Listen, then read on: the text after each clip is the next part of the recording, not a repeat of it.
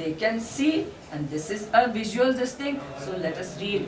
Yes, reading is very important, but not the way, it is not going to be the prime method through which you can go to teach them language. We are not out to teach them subjects. Huh? Our main thing is to teach them language, develop language, internalize language, right? Expression, comprehension as well as expression.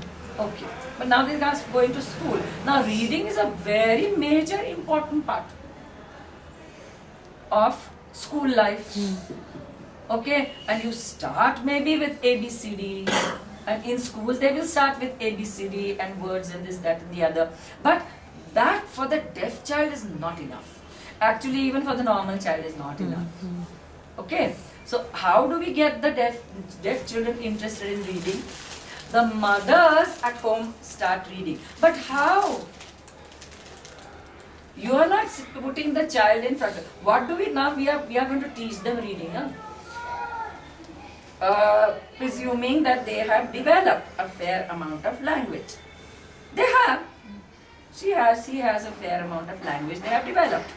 But now we are going to reading. Now what is reading? What I am saying is transferred here. Isn't it? Again now with reading they will be understanding much more than they are actually being able to read. Same as they are understanding much more of what is heard than they can express themselves. They are going to understand much more of what they are looking at here, much better than what they are going to be able to read themselves. Same exactly expression. Okay, but now what is involved in reading here? We want them to recognize the letters which take on a word. Book, they know. Now this book I am saying, where is the book? Here is the book. Okay, here is the book. And then, here, where is the book? This is the book. Where is the book? This is the book. And another book, another book. Here is the book. Now, when I say book, she heard the sound. Okay. Now sound, she has recognized it and she has said it here. Now what do we want to do? We want her to read. We want her, just as she understood the sound book as this, we want to, as soon as she sees this, without the sound, I want her to recognize this as book. That is what reading is, isn't it? Yes. I'm going to ask you to read this. That means you are looking at nothing, there is no sound coming in.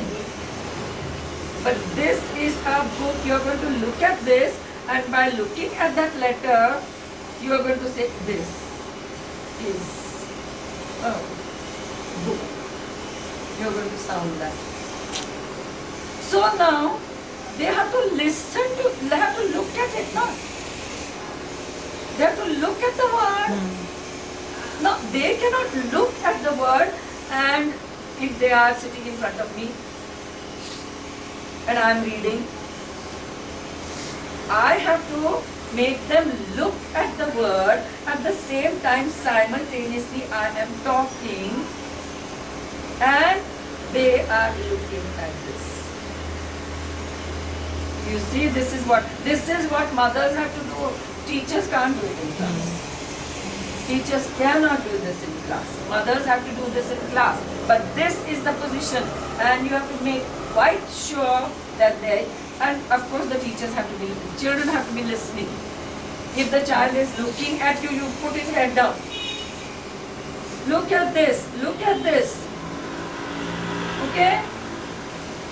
And then over and over again, these are the Beacon series, which is the look and say method. Okay, look and say method has the same words like oh, lo, oh. Then the Mr. Wolf, Mr., Mrs.,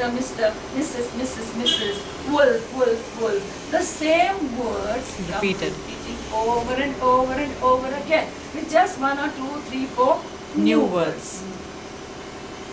Okay, and that you make them look down and keep on reading them, and very soon they are not saying L-O-O-K, look, or W-O-L-F, pull. They see the whole configuration of the word and recognize it because they have seen it So many times.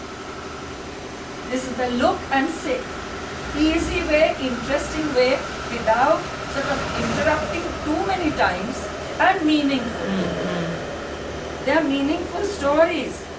Very, very juvenile stories, but they are children.